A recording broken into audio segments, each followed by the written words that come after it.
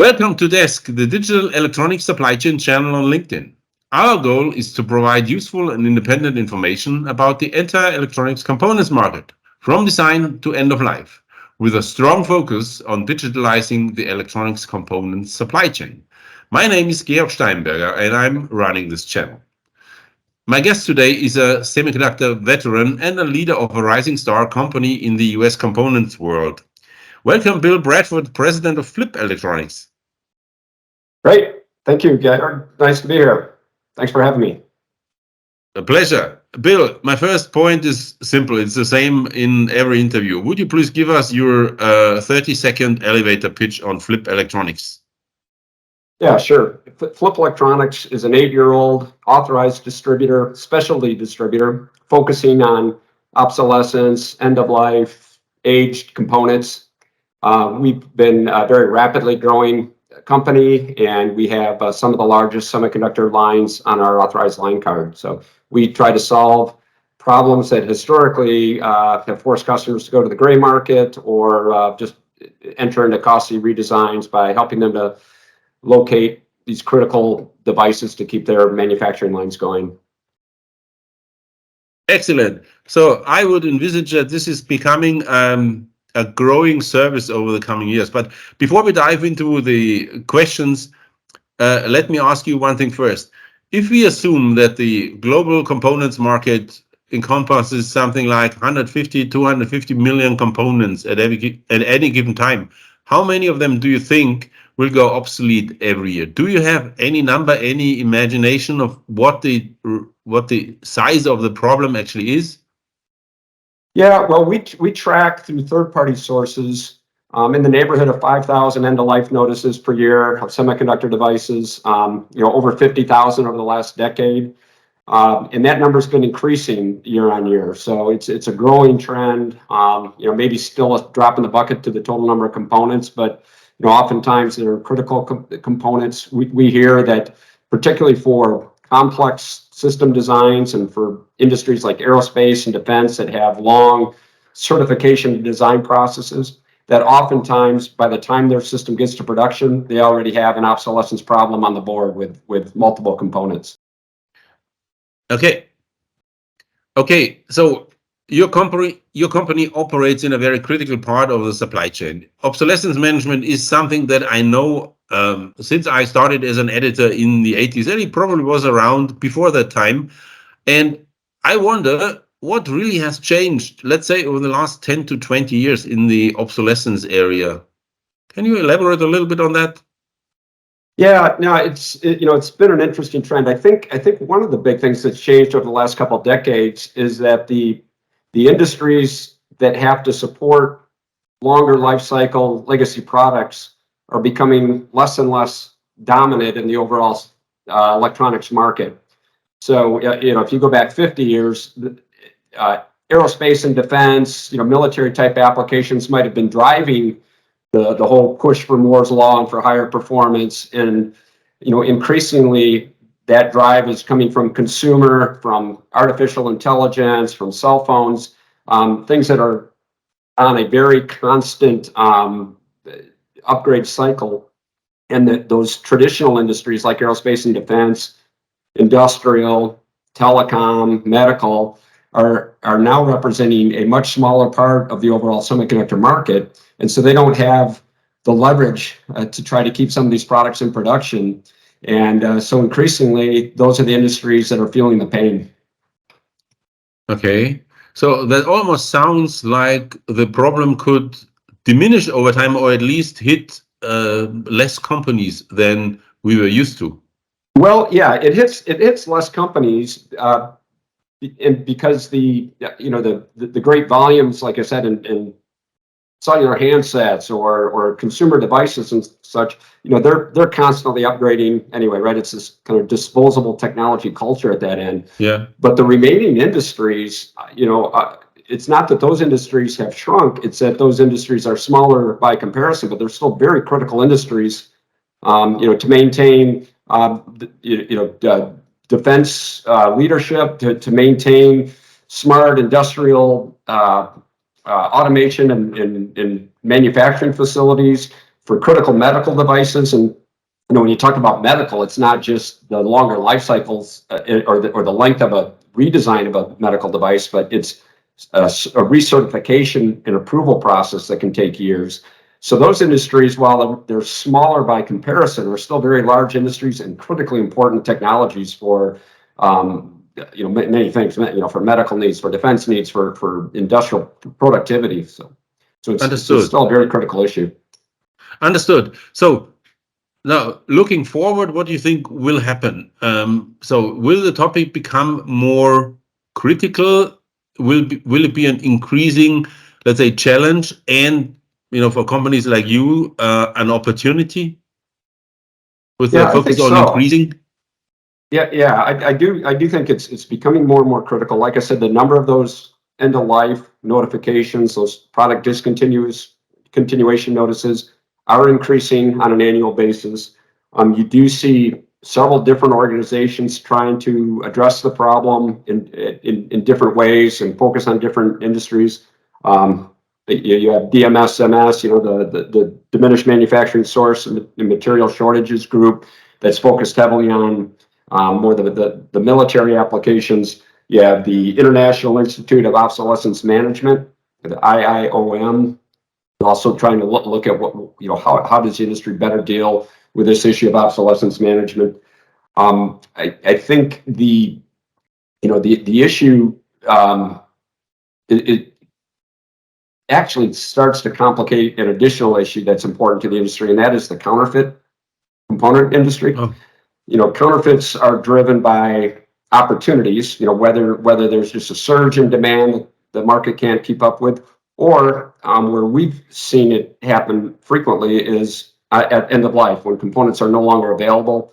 Customers have critical needs, so they will, after they exhaust their searches from the manufacturer or from the authorized sources, they'll look to the gray market, and increasingly, that's the area that can be rife with counterfeit devices. In fact, we did a study a couple of years ago and compared the reported counterfeit incidences against the EOL notifications in the industry, and we found that almost 60% of reported counterfeits were related to end-of-life components. So it just exacerbates a problem. Customers get desperate; they turn to questionable sources for product, and then you end up with potential counterfeit components in mission-critical type applications. Okay. Well, that's certainly very insightful. I wonder about the following. So that Sourceability has a data tool and market insight tool called Data Link. You may have seen that or not.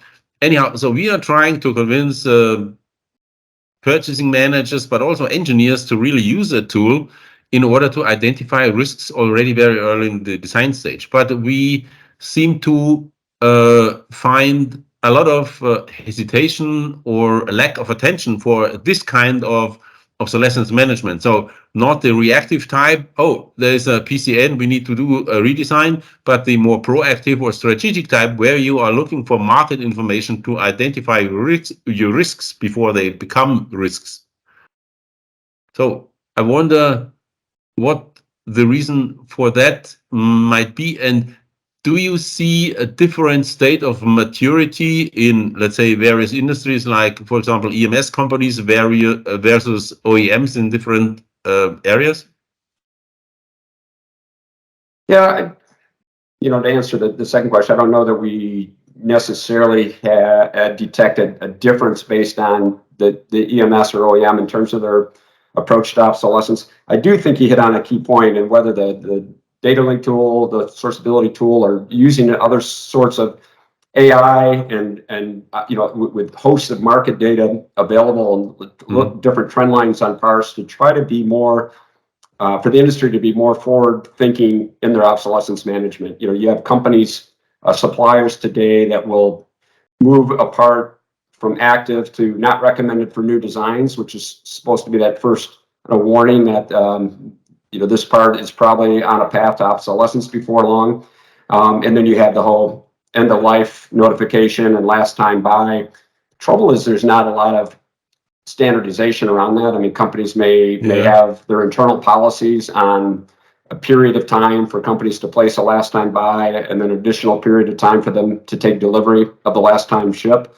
But frequently, the obsolescence are driven by some technology disruptor, a fab that's going to close prematurely, a header device that's suddenly no longer available, and so they'll often have to accelerate that timeline, and that's what really leaves customers in a jam. But I do think there's a need to better utilize industry data analytics and increasingly artificial intelligence and tools like you mentioned to give customers a little more forewarning and be a little more strategic in how they're thinking about their bill of materials.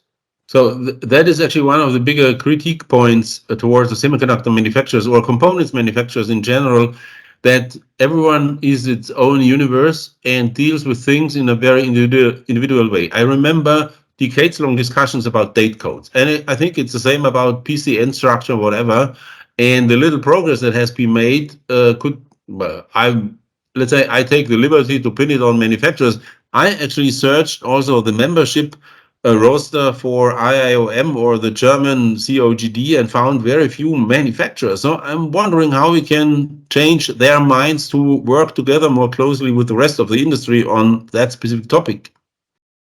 Because ultimately the information starts with manufacturers, right?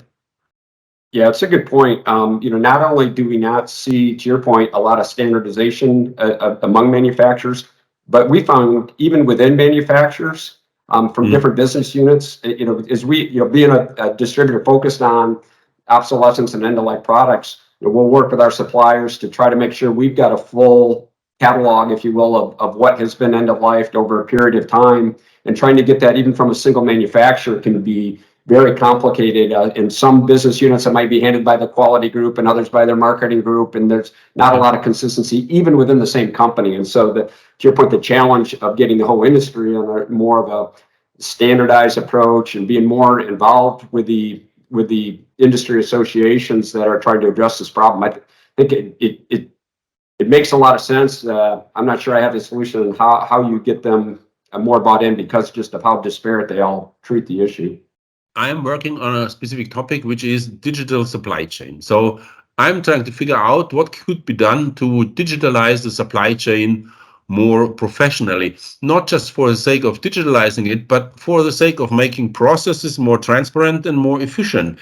And obsolescence seems to be an ideal candidate to do this. And yet I'm finding a lot of hurdles or even a lot of analog and manual processes that are still entertained by lots of companies. So I'm wondering what your take is on the digitalization of obsolescence management. Any idea where that might end or how it might improve? I think you're absolutely onto the right type of solution. A more standardized digital PDN, PCN process by which you maybe leveraging some of the big industry associations to try to get membership, sponsorship, and drive and adoption. Because that, I think until you get a critical mass of sort of sponsor companies that will stand behind it, it's going to be hard to rein in all the very disparate solutions that each supplier has in terms of how they handle those PDNs. So I think trying to leverage the key industry groups and associations to form, adopt, endorse a standard, and then hoping that you get others to follow suit. And I think you're going to need customers to demand those suppliers follow suit. Right at the end of the day, that's how much pull.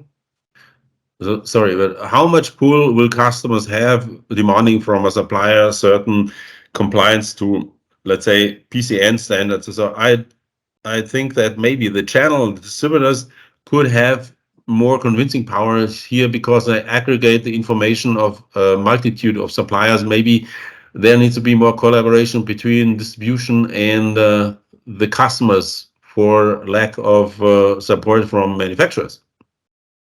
Yeah, absolutely. Yeah, no, the distributors have to play a very critical role in it. To your point, they're the touch point to the hundreds and thousands of customers that ultimately need to have this information. So I think they need to be an integral part of this whole digital supply chain and specifically a digital PDN.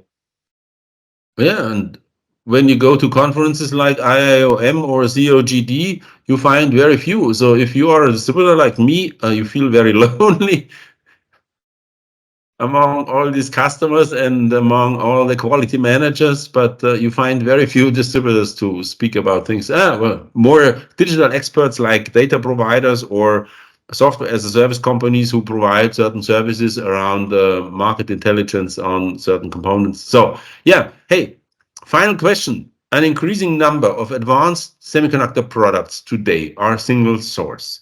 I remember back when I was an editor, more than 25 years ago, that we were already talking about more than half of the more advanced components being single source. And this is increasing because, suppliers want to have sort of exclusivity. There's a lot of innovation going into those parts.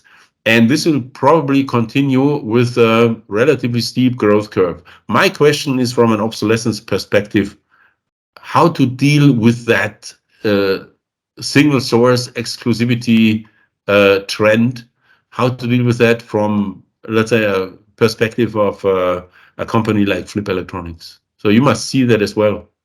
No, absolutely, and it's understandable, based on the investment in the IP, the R&D investment for these semiconductor devices, and I think suppliers have tried to mitigate the single source challenge by having multiple manufacturing locations, but it seems like it's less and less of a trend to license that IP for a second source. I'm seeing very little of that.